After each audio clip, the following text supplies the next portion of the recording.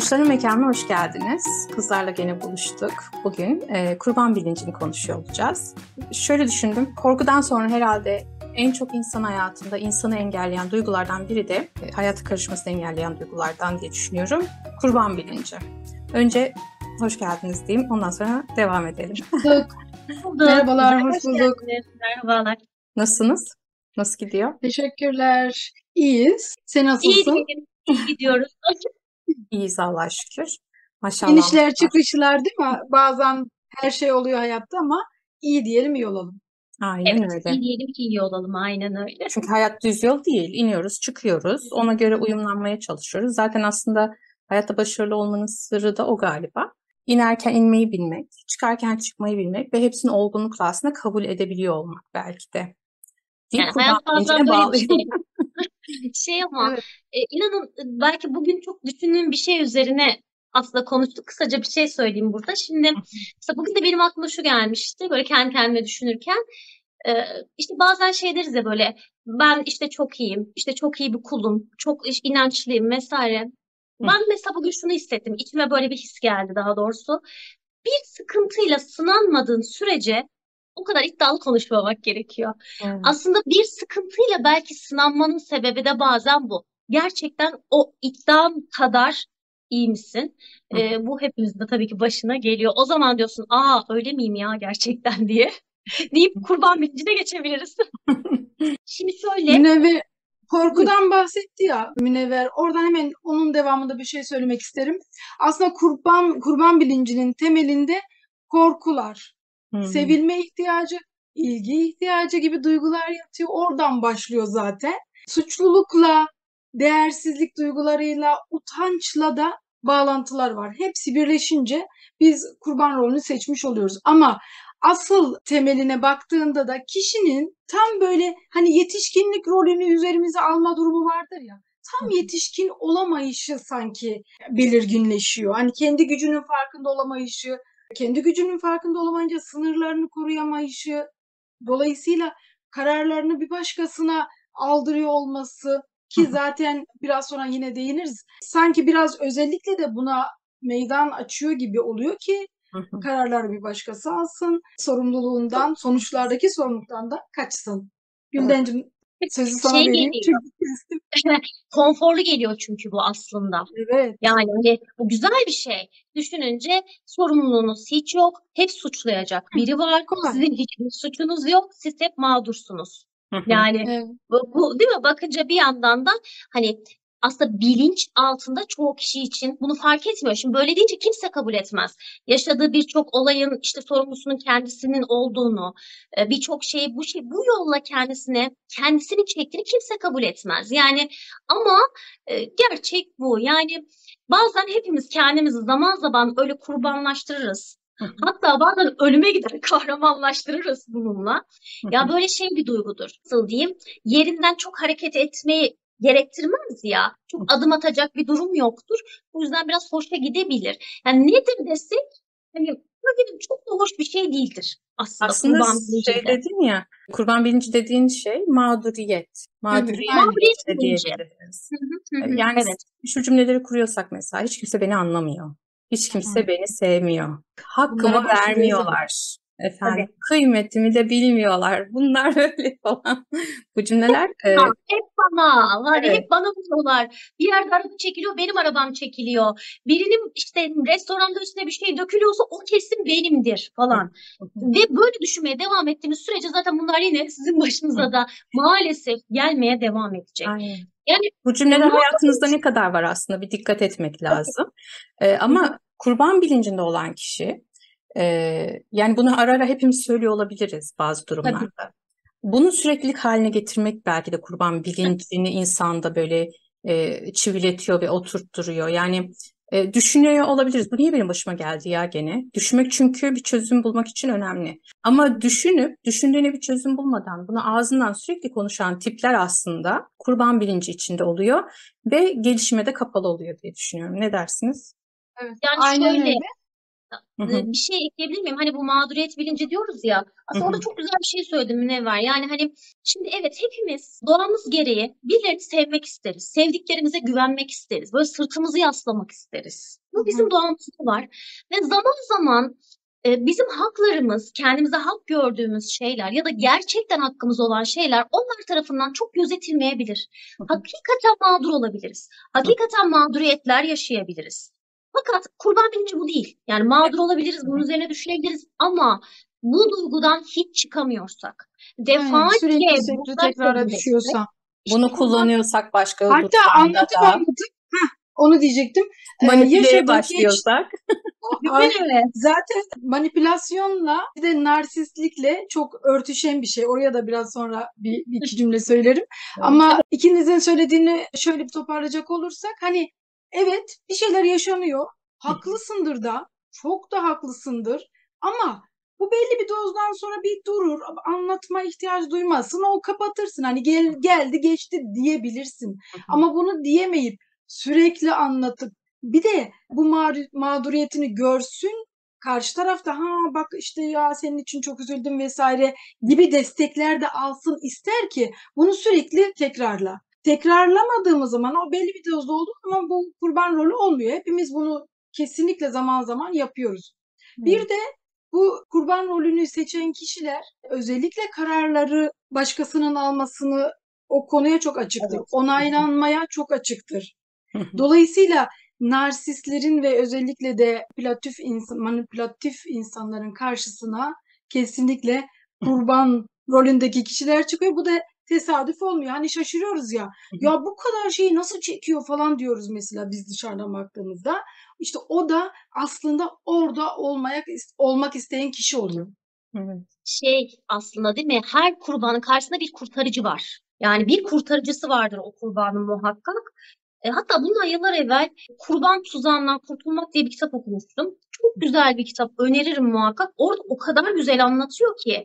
Hani aslında bir kurban var, bir kurtarıcı var ve bir de zorba var bu işlerin Doğru. içerisinde. Fakat Drama üçgeni diyoruz ya buna. Drama üçgeni aynen diyoruz. ve Bunu aslında hatta şeyle açıklarsan hani masalda işte Kül Kedisi, Üvey Anne ve Prens var ya evet, işte onu anlatıyor. değil mi? E, Kül Kedisi kurban, Üvey Evet, Anne orada ve kızları ne oluyor? Zorba. İşte zorba oluyor. Prens de kurtarıcı oluyor. kurtarıcı. Drama üçgeni. Ama aslında her kurtarıcı da bir kurban. O da belki aileden böyle öğrenmiş. Hep sorumluluk almak zorunda kalmış. Aslında o da o ailenin kurbanı. Yani kurtarıcı olmak da aslında çok böyle güçlü bir karakter olduğunu Onu da ayrı bir gösteren bir konuda konu değil. konuşuruz. Evet. Tabii ki, Çünkü aynen. kurtarıcı metaforuyla anlatılan kişilik arketipi de aslında dediğin gibi başka bir durum. Zaten bir de bu üçgendeki o kurtarıcı, kurban ve zorba ya da zalim diye de geçiyor bazı yerlerde. Bunun hepsi o kadar birbirine geçen ve değişen şeyler oluyor ki yani aslında kurtarıcı da yeri geldiği zaman kurban oluyor, kurban da kurtarıcı rolüne geçiyor. Evet, Hatta önce kurban olmakla aileden o şekilde başladıysa daha sonra kurtarıcı rolünü ediniyor vesaire. Bunlar hep böyle birbirinin bir içine döngü geçen içerisinde. Kurtarıcı sıkıldığında artık zorbaya dönüşüyor. Tabii, aynen, aynen, aynen. Artık bir süre sonra zorbaya dönüşüyor. Ama Çünkü aslında hiç kimse gerçek kimliğiyle nasıl ortada değil. dönüşüyor? Kurban nasıl zorbaya dönüşüyor? O da mesela önce kurban rolünde oluyor işte daha sonra kurtarıcı rolüne geçiyor. Sonra kurtarıcı olduktan sonra da ne yapıyor? İşte ben şunu yaptım ama kıymetimi bilmedi. Bak şöyle yaptı falan diyor. Sonra kızarak ve hatta davranışlarını değiştirerek zorbalığa geçiyor. Hı hı. Ve böyle bir kısır döngünün Evet. içerisinde. Yani aslında ne oluyoruz? Şeye gelelim, gerçek hayata gelelim, masaldan çıkalım. hı hı, Diyelim ben başıma bir olay geldi. Ben bir mağduriyet yaşadım. Ve gerçekten orada kurbandım. Olayın kurbanı olabilirim. Ama evet. sonrasında ben bunu nasıl kullanıyorum bu olayı? Kendimi geliştirmek için mi kullanıyorum? Mesela anlatıp anlatmak dediğiniz. Evet, anlatabilirim hikayemi ama ben bu hikayemi niye anlatıyorum? Bu benim başlangıcımdı diye mi anlatıyorum? Bu benim çıkış noktam mıydı? Bu beni trigger yapan, beni ateşleyen noktam mıydı diye anlatıyorum. Yoksa işte ben böyleydim. bana üzüntü geliştirin, bana kolaylık sağlayın hayatta diye mi anlatıyorum? Yani aslında orada kişinin o durumu anlatma haliyle de çok doğru orantılı kendinizi nereye koyduğunuz. Aslında şey de Münevver, bunun altında çok garip bir intikam alma duygusu da var bence. Hı Böyle hani alttan alta aslında yaşadığı şeyle alakalı. hı, hı Ayşe bunu bana yaptı. Ya bana bunu da yaptı. Ya biliyor musun bunu da yaptı. Hani böyle alttan alta da aslında bir intikam duygusu var. hı, Ve hı bir de bir yerde bunu okudum ya da dinledim, hatırlayamıyorum şimdi. Şimdi aklıma geldi. Böyle hı, buna şey de diyorlar. Masumiyet kibri. Aslında hı bir kibir de var işin Hı. içinde. O masumluğun altında bir kibir de yatıyor. hı, Yani böyle şey gibi geliyor. Ben hep böyleyim, bana hep bunlar oldu, bunlar oldu. Ama oradaki masumiyetin altında da sanki mağdur, masum hı hı. ama hoşuna giden de bir durum var aslında. Oradan Egosunu da besleniyor besleyen bir çünkü. durum var. Oradan Evet, besleniyor. Evet, evet. oradan besleniyor. Ama Kadınlar denge dediğimiz şey o da ya bunu zaten hani söylüyor. hep bir uçta duruyorsak aslında diğer Evet, ucu da çok fazla yaşama potansiyelimiz var. O yüzden hep ortalarda durmak, Hı o hı. dengede durmak çok kıymetli Dengede, bütün duygularda. doğru. çıkılır mı? Çıkılır ama çok çıkılmayacak bir duygu değil. Yani insan ne bileyim bir oturur düşünür der ki ya ben kaç yaşındayım? Benim yaşıtım olan insanlar neler yapıyorlar? Ne gibi yetileri var? Bu olaylardan nasıl çıkıyorlar, değil mi? Yani hani bu duygudan çıkılır mı? Gerçekten çıkılabilir. Yani Fark neler etmek yapabiliriz? lazım işte. Biz Hı, bunu Çok anlatıyoruz ya kıymetli. şimdi. Bu böyle böyle diyoruz ama içindeyken o kişi fark etmiyor bunu. Öyle bir evet. gömülüyor ki Hı ve aslında zaten fark ettiği an yüksek oranda mutlaka ya ortamını değiştiriyor ya tabii ki önce düşüncelerini, bakış Hı, açısını, algısını değiştiriyor. Ortamdan da uzaklaşmaya çalışıyor. hı, hı Şöyle de bir şey var. Mesela bu hani hep karşı tarafı suçlamakla ilgili şeyin mağduriyet zaten hani o kararları da ben almadım zaten kurbansam hı. başkası aldı falan ya. Bunun temelinin de ailede hani böyle çocuklar işte bir yere çarpınca falan işte ben onu ah ederim vurup Hayır. döverim bak sana bunu mu yaptı falan deniyor ya ne kadar yanlış bir şey. Aslında Hayır.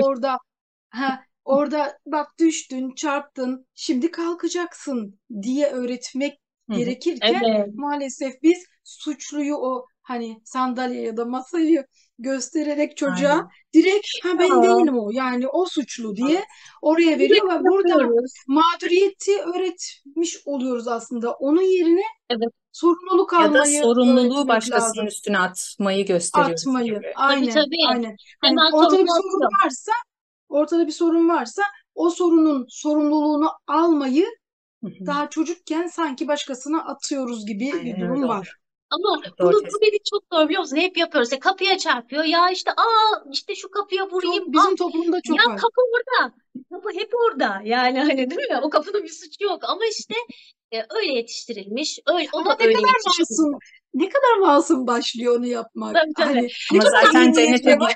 cehenneme giden yolun taşları bir şekilde iyilikle Tabii tabii. örülmüş, değil mi? Öyle bir laf var. Evet, evet, evet, evet. Aynen öyle. Aslında böyle Aynen. tatlı tatlı başlıyor ama sonradan bambaşka da bir Hı hal hı. alıyor. Yani şöyle zaman zaman böyle hepimiz şeyi düşünebiliriz. İşte ayrıştırıldığımızı, bir noktada ya işte ben aslında bundan dolayı böyle olduğu için bu kadar değerli değilim. İşte zaman zaman belki işte bir seksist bir ayrımdır, işte kadın erkek, zaman zaman ırksal bir ayrımdır.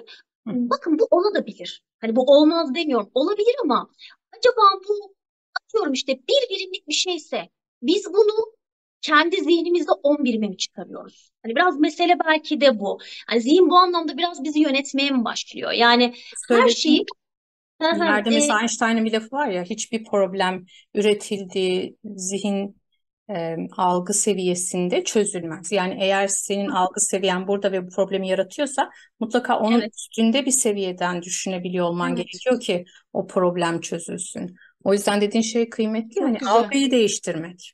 tabii algıyı değiştireceğiz. Yani ve hatta kurban bilincinde olup olmadığını hani böyle temel böyle kilit lafı da bahane. Hı Hani ne kadar çok bahane üretiliyor. hı. Yani genelde kurban bilincinde yaşayanlar tonlarca bahane üretir. Değil Hı mi? Tonlarca. hı. Hep bir Evet. bahaneleri vardır. Sonra da bu işte karşı tarafı suçlamaya dönüşmeye başlıyor. Evet. İşte sistem yüzünden zengin olamadım. Hı Senin hı. yüzünden başıma bu geldi. Ama kendi hiçbir sorumluluğu yok. Bu da dediğimiz gibi demek ki kafasını böyle rahatlatıyor. Ama şimdi bana mesela böyle bir deney okumuştum bununla ilgili. Çok etkileyici geldi. Böyle sizinle de paylaşmak istiyorum burada. Şimdi bir sosyal bir deney aslında. Bir iş görüşmesi için sadece kadın adaylar çağrılıyor. Kadın adayların olmasının sebebi cinsiyet ayrımı değil, sadece görselliğimize birazcık daha dikkat ettiğimiz için. Ve mülakatın tek bir şartı var. Diyorlar ki yüzünüzde büyük bir yara izi çizeceğiz. Bir makyaj sanatçısı gelecek ve siz mülakata girmeden önce yüzünüze büyük bir yara izi çizecek ama böyle derin, hani skar yara gibi bir iz çizilecek. Kabul ediyorlar. Her birine girmeden önce işte yüzlerine böyle derin bir yara izi çiziliyor. Ve ondan sonra diyorlar ki tam görüşmeye girmeden önce ya bir 15-20 dakika daha bize müsaade eder misiniz? Şununla ilgili daha bir canlandırma yapalım derken aynasız bir ortamda makyaj sanatçısı aslında o yara izini kapatıyor. Fakat görüşmeye girecek kişinin, adayın bundan haberi yok. Neyse giriyor içeri ve çıkan her aday, bakın uzmanlar tarafından inceleniyor. Her biri yüzündeki yara izi yüzünden ayrıştırıldığını, yüzündeki yara izi yüzünden şansının daha düşük olduğunu ve bu yüzden bu işe alınamama ihtimalini, hepsi bundan bahsediyor. Halbuki yara izi yok.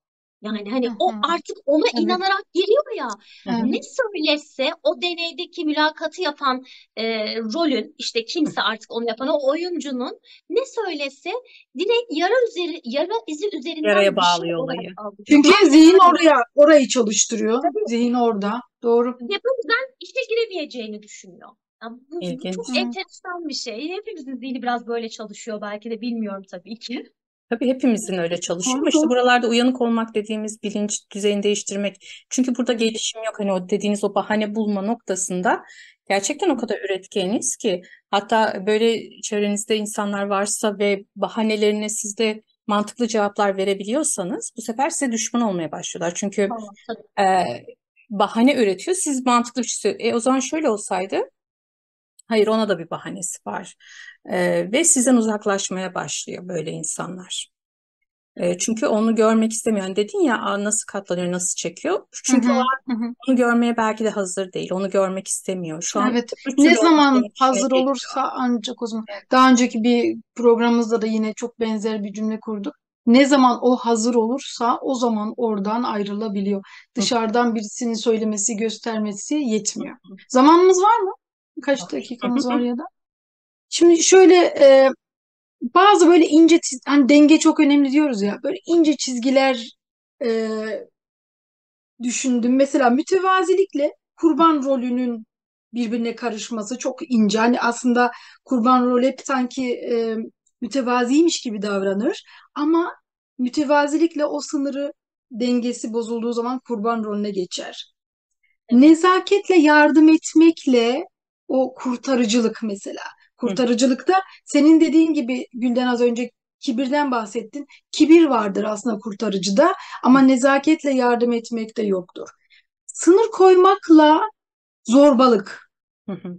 Hani sınırımı korumam gerekiyor evet ama onun dozu aştığı zaman zorbalığa gidiyor. O zaman sınırını korumaktan öte bir şeye gidiyor. Bunlar da çok önemli, sanki böyle söylemek istedim. Denge çok önemli. Oradaki dengelere dikkat ettiğimiz zaman bütün ilişkilerdeki sınırlarımızı da daha düzgün koruyabiliriz. İlişkileri de daha düzgün yürütebiliriz. Ufacık bir şey ben de ekleyeceğim. Bu aslında iki tarafında bir yandan bakınca beslendikleri bir şey. Yani aslında kurtarıcının da kurbanın da hoşuna giden bir şey. Aynı şey gibi bir şey anlatılır. Sadist ve mazoşistin öyküsü. Yani hani sadist sürekli ona eziyet etmekten hoşlanır. Mazoşist de bir o yanağını uzatır, bir bu yanağını uzatır. Bir tane daha var, bir tane daha vurabilirsin.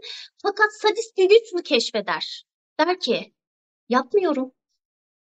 Bu sefer sadizmi o yolla yapar. Çünkü mazoşist istiyor. Hı İşte hı, Hı ondan hı. çıktığı anda hı hı. aslında gerçekten o döngüyü birazcık daha zorbalık kısmına evirmiş oluyor. Yani hani oradaki denkleme çok benzettim ben Hı bunu. hı. Doğru. Ben geçen de bir tweet paylaştım. Dedim ki Mucizelere acizler inanır. Güçlü ruhlar kendi mucizelerini yaratır dedim. Çok, çok güzel. Aynen Ee, öyle. Çok güzel ama algı seviyemize göre algılanacak bir durum. Birileri yanlış anlamış ve demiş ki kendini geliştiremeyen insanlar için bu söylediğiniz çok kaba bir tabir değil mi? E, tabii şimdi bunun bir açıklamasını hani yapmak istemiyorum ama kısaca şöyle söylemek istiyorum. Mucize dediğin şey zaten aciz kökünden geliyor. Hı hı, hı hı. Yani aciz olan mucizeye şahit oluyor gibi ya da ona Evet. inanıyor gibi. Halbuki oradaki aciz değil, güçlü olsa mucizeyi kendisi yaratıyor. Bu kadar basit anlattım. Evet. Ne kimseye bir hakaret var, ne kimsenin cehaletine bir hakaret Herkes var. anlamak istediği taraftan anlayabilir yani. Senin söylemek Zaten öyle oluyor işte. istediğini Yani onun değiştirme. algı seviyesi de öyle bir şey ya. Hı hı. Eğer kendinizi sürekli böyle başınıza bir şeyler geliyor gibi hissediyorsanız ve sürekli işte bir circle'da döndüğünüzü hissediyorsanız, çıkamıyorsanız, hep benim başıma geliyor, hep benim başıma. Hayır, sen oradan çıkmayı bilinçli istemiyorsun. İstesen Evet. çünkü Aynen. başka bir bilinç noktasında sadece bir soru sormakla başlasan, ya ben bunu nasıl düzeltebilirim? Ben bu Evet. yuvarlağın dışına nasıl çıkabilirim dediğinde zaten sana bir sürü kapılar açılmaya başlayacak. Yani çözüm ararsan, çözüm aramayıp hala o içinde bulunduğun durumu anlatmaya devam edersen ya Hı, da oradaki çıkmazın içine gömülmeyi tercih edersen orada kalıyorsun. evet. Ama bakış açını açarsan, genişletirsen ve çözüm odaklı davranmaya çalışırsan Hı o hı. alandan Ya da yaşadığın uzaklaşıp şeyde de kendi üzerine düşen sorumluluğu. Babaannemin bir lafı vardı, çok severim. Masaya mesela bir çatal koy der. Koyarsın sadece çatal. Kaşıkla çatalı yan yana koy der. Kaşıkla çatal yan yana koyduğunda ses çıkar. Yani hı bu hı, sefer kaşıktan mı çıktı ses, çataldan mı çıktı ses? Kimi suçlayacağız? Hayır. Evet. Orada bir kaşık çatal varsa ikisinden de geldi bu ses. evet, O Evet. yüzden sizin Evet. yaşadığınız bir mağduriyet varsa da burada iki tarafta da var. Sizde de var, karşınızda da var. Kesinlikle. Siz Kesinlikle. karşınızdakinin tarafını sadece konuşarak çözemezsiniz ama kendi tarafınızı düşünerek çözdüğünüzde gelişebilirsiniz. Ortamınızı değiştirebilirsiniz. Kendinize yeni çevreler edinebilirsiniz ve yeni deneyim alanlarında aslında potansiyelinizi geliştirmeye başlayabilirsiniz. O yüzden kurban bilincinde olan insanlar, az önce saydığımız cümleleri sürekli söyleyen insanlar, lütfen konuşmayı bırakın, düşünmeye başlayın. Evet. evet, Düşünmediğinizin bir alameti, farikası bu konuşmanız. evet. Muhteşem bir şey O söyledin. Yani zaman farkındalığını yükseltecek, sınırlarını çizmeyi, karar alma mekanizmasını geliştirmeyi, sürekli şikayet etmeyi bırakacak. Hı hı. Bunlarda biraz da bağımlılık da oluyor. Hani bu Tekrar söyle bağımlılık Zeynep'ciğim, illa onlar çok kıymetli cümleler. hani onaylanma Hı hı. eğilimini bırakmayı, Aynen. karar Yani alma herkesin beni mekanizmasını onaylamasına gerek yok yaptığım bir şeyde. O gerek konuda yok. cesaret göstereceğim. Karar evet. alma mekanizmasını güçlendirmeyi, Aynen. Kendi bilinçli karar kararlarımı almayı, alacağım. karşı taraf aynen Hı hı. onaylanmayı bırakmayı dedik, değil mi? Karar dedik. Sürekli şikayet etmeyi, o kısır döngünün içinde dönüp durmayı Aynen. bırakacak. Hı hı. Sınırlarını çizmeyi, farkındalığını yükseltecek, sınırlarını çizebilecek. Evet. Yetişkinlik mertebesine ulaşacak. Yani o zihniyeti gerçekten yani o zihniyeti değiştirecek. Hı hı. O anlatabiliyor muyum? Yani oradan çıkacak, yetişkin olacak. Bir de bağımlılık Yormayın bizi, çıkın eğilimi. oradan. Aa, daha ne anlatayım falan diyormuşum. Bağımlılık eğilimi de oluyor bu kişilerde. İlla bu Evet. madde bağımlılığı değil, hani kişilere bağımlı. Tabii. O eğimliliği de yine kurban rolünü kat kat artırıyor. Bunlara dikkat edecekler. E, hani tabii ki biz bunları söylerken yine her zaman söylediğimiz gibi söylüyoruz, paylaşıyoruz, farkındalık yaratıyoruz. Hı Hani hı. illa şöyle olun böyle olun diye değil ama Hı hı. konuşuyoruz, sohbet ediyoruz. Bunu da belirtmek isterim. Hı hı. Bir kişide bir açılım olur belki. Evet. Tabii ki Bütün dünyası değişir. Belli olmaz. Yani ben benim sonucu. mesela bu konulara ilk başladığımda bu cümleleri kullanıyor muyum? Nasıl kullanıyorum? Kullanıyorsam da nasıl kullanıyorum dediğim gibi o kısım da çok kıymetli. Hani ben bunu bana acıyın diye mi kullanıyorum yoksa benim çıkış noktam buydu, benim yaram buydu. Buradan çıktım bakın şimdi buradayım böyle gelişiyorum. Bu konuda hem kendime hem İncil çevreme böyle kazançlarım olmak var mı? istiyorum. Evet. Yani. Bir Hani şey değil Yoksa mesela aslında. yardım isteme kısmı da çok kıymetli ya. hı Yardım hı, istemekle kendini aciz göstermek çok başka şeyler. hı hı. O Kesinlikle. yüzden aslında Kesinlikle. bu da hani orada ayrıştırılması gereken biri. Kurban bilincinde olan kişi kendini aciz gösterip sürekli aslında karşı tarafı sömürme eğiliminde. Ama yardımda karşılıklı bir duygu var. Alma verme dengesi daha Tabii ki. güçlü ve dengeli. Evet. Valla bir sürü şey söyledik gerçekten. Umarım bir farkındalık oluşmuştur. Son sözlerinizi de alayım. Bugünlük de bu kadar olsun o zaman. Peki ben şey demek Hepsini istiyorum sadece Hı az hı, önce söylediğinize istinaden, yani hayatta herkesin başına her şey gelebilir. Hepimiz mağdur olabiliriz. hı hı, Çok güzel bir laf var ya, düşebiliriz, düşeceğiz ama kalkmayı bilmemiz gerekiyor. hı Ve e, ben de böyle yaşadığım kötü olaylarda hep şunu düşünürüm. Ya bu benim hikayemde neye hizmet etti? Bu hı, bana bir şey öğretmeye Hı. çalışıyor. Şeyde bir laf vardır ya, hani kurt kışı atlatır Ay ama ben onu yediği hatırlamaya çalışıyordum tam. Evet, süpersin. ayazı unutmaz. Yani bu bana ne öğretti ve bu Aynen. benim önümüzdeki çıkarabilecek yine diğer sorunlar için nasıl bir deneyim kazandırdı? Ben buradan ne tecrübe ettim hı, deyip hı hı. ben söyleyeceklerimi bitiriyorum. Bol farkındalıklı günler dileyelim o zaman. Aynen. Kendinize iyi bakın. Bugünlük de bu kadar olsun. Bir sonraki programda Teşekkürler. görüşmek üzere. Sizler de iyi bakın. Peki, Görüşmek üzere. hoşça kalın. Hoşça kalın. Görüşürüz.